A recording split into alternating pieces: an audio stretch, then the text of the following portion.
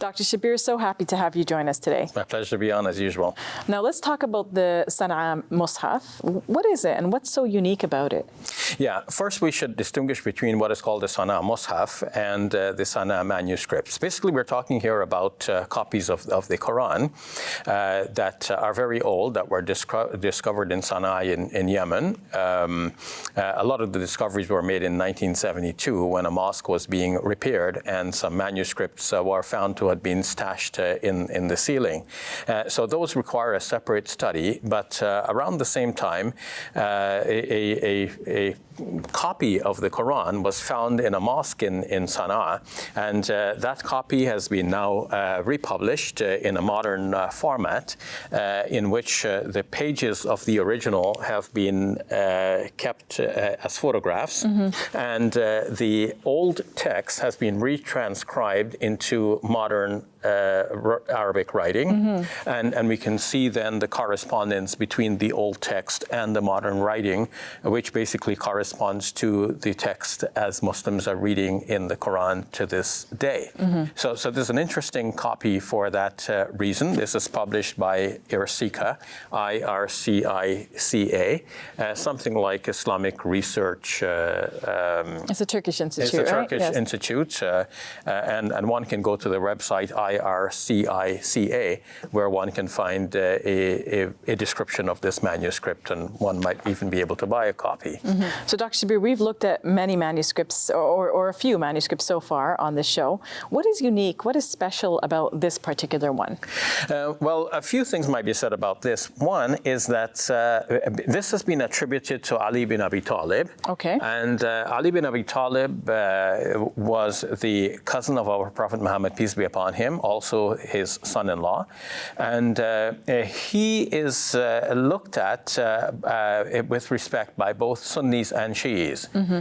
Sunnis respect him for his relationship to the Prophet, peace be upon him, and as one of the most important teachers of Islam after the death of the Prophet, peace be upon him. And he was the fourth caliph, the successor of the Prophet, peace be upon him. Now, for Shiites, he was the first of the great Shiite imams.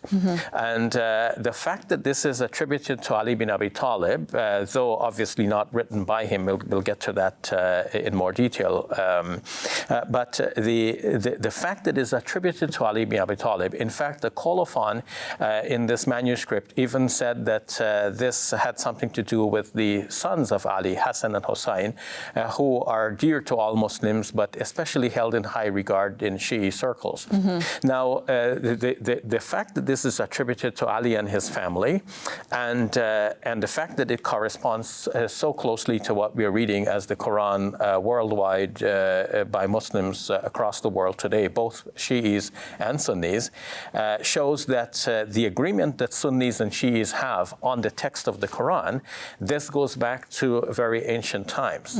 And this manuscript, though credited to Ali radiallahu anh, may God be pleased with him, is said by experts looking at the texts and looking at various features of the writing, they conclude that this was written towards the end of the 1st century or into the 2nd century of Islam, which would mean probably about 70 to 100 years after Ali had passed away. So it's not really genuinely his writing, but nonetheless, the fact that it could have been credited to him at such an early time means that way back in history, Muslims, both Sunnis and Shiites, had agreed that there is only one basic Quran, which is read by both parties. Do you think it's interesting, Dr. Shabir, that we are finding manuscripts in many different parts of the world?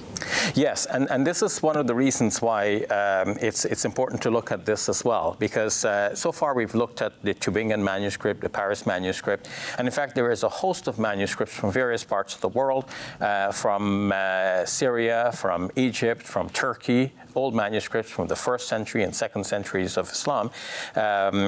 the first and second centuries of Islam. And this one, too, is from about the same period.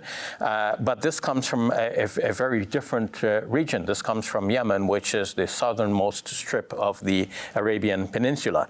And so we're seeing that whether the Quran is coming in the form of these ancient copies from Egypt or Syria or Turkey or Yemen, from this widely diverse geographical area, nonetheless, they're basically the same Quran as we're reading today. So that this shows that from very ancient times, the Quran was widely spread, and it was the same Quran basically that Muslims were reading in all of these diverse regions.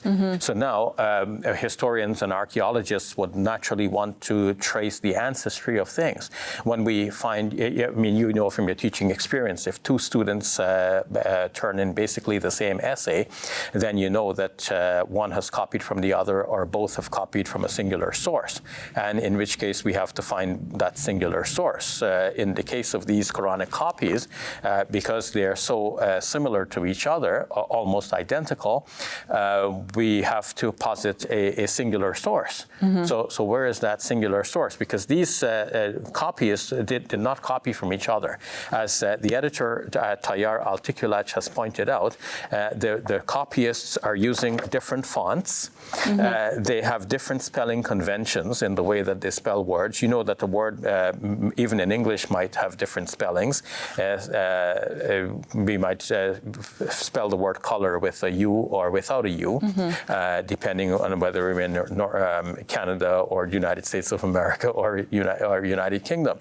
So we see that the writers use, the copyists, the scribes use different spelling conventions in the case of some words.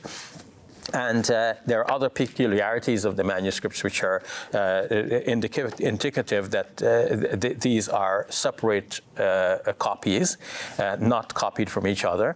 So then they must have a singular ancestor or a progenitor.